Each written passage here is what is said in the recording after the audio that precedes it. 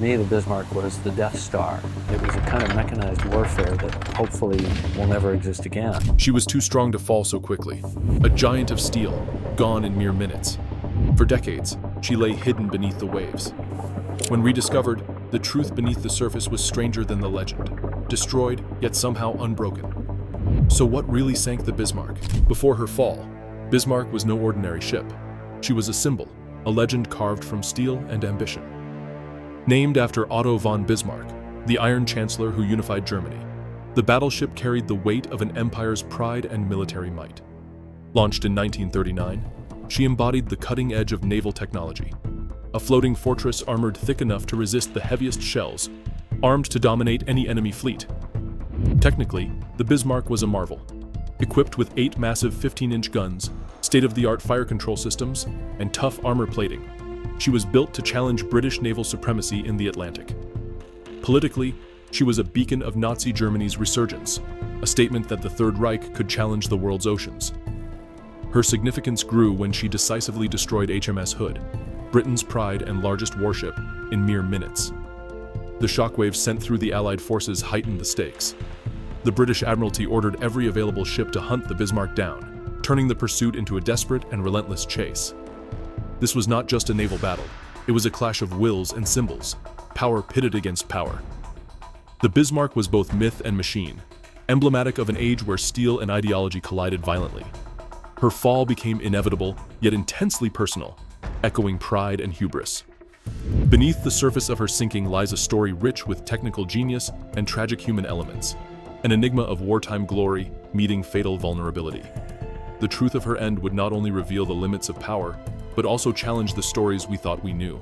Nearly 50 years after the Bismarck sank beneath the cold Atlantic waves, the ship remained a mystery locked in darkness. In 1989, Robert Ballard, the oceanographer famed for discovering the Titanic, led an expedition to find the ghostly hulk. The vessel lay more than 4,700 meters below the surface, sunken in a silence that had lasted decades. When the search team's floodlights brushed across the wreck, the scene defied expectations. Instead of a shattered, twisted ruin, the Bismarck lay almost pristine and upright on the seabed, her massive guns still pointed outward as if guarding against unseen threats. The deck bore signs of damage but was surprisingly intact. A monumental ship, resting solemnly in endless night. The eerie preservation clashed with the violent story told by history. How could such devastation leave so little external ruin? The wreck seemed suspended between destruction and endurance, a paradox in steel. As Ballard's cameras traced the hull's contours, the emotion was palpable. This was not merely a ship lost to war. It was a somber monument to bravery, power, and tragedy. The discovery peeled back a layer of myth to reveal something deeper, a ghost that was not fully broken, but forever changed by the sea's embrace. This haunting silence raised a new question to close the chapter. She was destroyed, but she wasn't broken. What lay beneath the surface that had yet to be understood? The wreck of the Bismarck challenged everything naval experts expected. Battle scars were scarce and damage limited, far less than what should have shattered a ship bearing the brunt of relentless British firepower. Her surface was largely intact, her massive armored plates still in place where they should have been catastrophically breached. This unexpected preservation raised pointed questions. The battleship was designed as a fortress, with thick armor meant to absorb and deflect the deadliest shells. Yet where the enemy's guns struck fiercely, the damage seemed surprisingly constrained. How could such a vessel endure when it was supposed to have been torn apart? Experts began to think of the Bismarck less as a victim of brute force, and more as a complex crime scene holding clues rather than clear answers. The ship's structural integrity suggested something unusual had occurred. Perhaps the final blow was not the one recorded in battle logs. The precision of the armor's endurance hinted at overlooked factors. Was it possible the ship was scuttled before total destruction? Or did the sea itself have a hand beyond the guns? These contradictions deepened the mystery, inviting skepticism of the historical narrative and opening the door to new interpretations. What else did we get wrong about the sinking? The Bismarck silently demanded a closer, more forensic examination. Decades after the Bismarck's discovery, modern technology allowed new expeditions to reveal secrets once hidden by darkness and pressure. Remote-operated vehicles scanned every inch of the wreck, capturing high-resolution images and sonar maps, unveiling a story told not by words, but by metal and water. The damage patterns that emerged were startling. Unlike the expected exterior devastation, most flooding and destruction originated from within. Internal bulkheads had been compromised, compartments filled progressively with cold Atlantic water. The sea hadn't smashed her from outside, it had quietly and relentlessly broken her apart from the inside. This reversed the timeline of destruction. Instead of an immediate obliteration by shellfire, the Bismarck's end was a slow implosion caused by the steady creep of water through seals, rivets, and openings. The battle inflicted wounds, yes, but it was the unseen force of nature and design limits that truly sealed her fate. The ship seemed to tell her own story through fractured steel and bent plates. A narrative of endurance, then of slow collapse. She spoke of physics over firepower, of pressure outlasting explosions. The machinery of war had met the immutable laws of the ocean. Yet beneath these findings lies a deeper mystery. Why did she fail internally? And what human actions hastened that fate?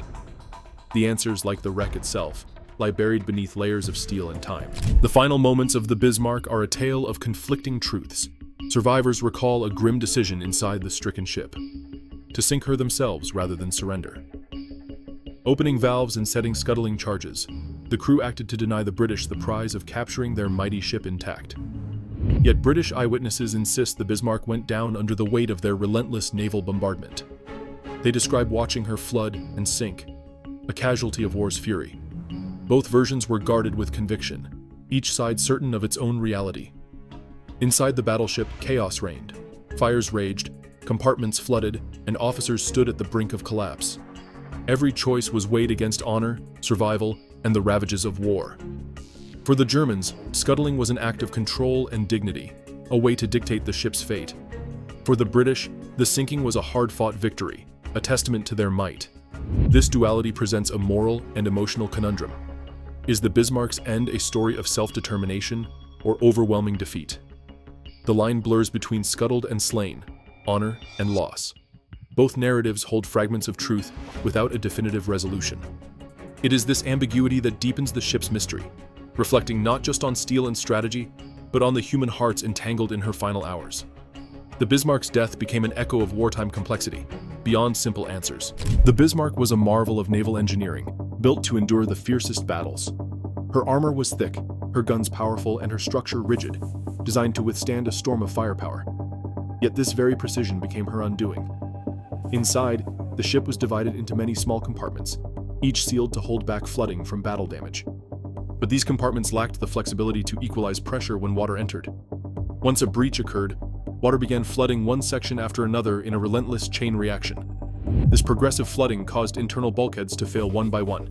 It wasn't explosions or shells that ended the Bismarck, but the unforgiving physics of water pressure squeezing her from within. As the compartments succumbed, the ship lost buoyancy and stability, collapsing under her weight. It was a quiet, inevitable failure, a collapse engineered into her design, a fortress built to resist external force, but vulnerable to the slow, creeping grip of the sea. Pride and precision met the cold reality of nature's laws. This redefinition of her demise turns the narrative from dramatic defeat to somber inevitability. The Bismarck's end was a slow surrender, not to enemy fire, but to the pressure she was designed to resist, an existential failure beneath the waves. The Bismarck is more than a sunken warship. It is a solemn grave holding the remains of over 2,000 men. Only a fraction survived the sinking, while most were claimed by the unforgiving depths. This site embodies loss, sacrifice, and memory. Robert Ballard, upon discovering the wreck, insisted on preserving it as a war grave, unsullied and undisturbed. The site is protected by international agreements, a silent memorial to those who never returned. It stands as a reminder that beneath the technical marvel and strategic battle lies profound human tragedy. For many, the Bismarck is a sacred monument rather than a relic to be explored or exploited. Its rusting plates and corroded guns represent more than history. They hold lives ended abruptly and families forever changed. Ethical debates persist about how to treat such wrecks, balancing knowledge with respect. This chapter slows the pace, inviting reflection on the cost of war and the quiet reverence owed to those lost. The Bismarck is no longer just a ship, but a place where history, technology, and humanity converge in stillness. The story of the Bismarck resists simple answers. Its sinking holds dual truths: destroyed yet unbroken, scuttled and slain. The deeper one looks, the more layers emerge, blurring lines between fact and interpretation. Her demise became more than a naval loss. It is a reflection on power, pride, and nature's immutable laws. The triumphant might of steel and strategy met the silent judgment of the sea, which keeps secrets beneath its waves that no warship can escape. The ocean remains the ultimate arbiter, swallowing stories and memories alike. The Bismarck lies in eternal quiet, a monument to the clash between human ambition and the natural world. The sea does not yield its full tale, only fragments. In this enigmatic balance, both myth and machine coexist. The ship's legend continues to swim just beneath the surface of history, inviting ongoing reflection. It reminds us that some mysteries endure because they speak to the complexity of existence itself, not merely what happened, but why it matters. The Bismarck's final secret is held in that silence, waiting for those willing to listen. The ocean holds more mysteries just beneath the surface. What we think we know is only part of the story. New truths are waiting to be uncovered, truths that challenge what history taught us.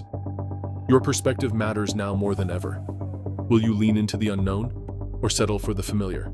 Dive deeper with us and see what the next chapter reveals.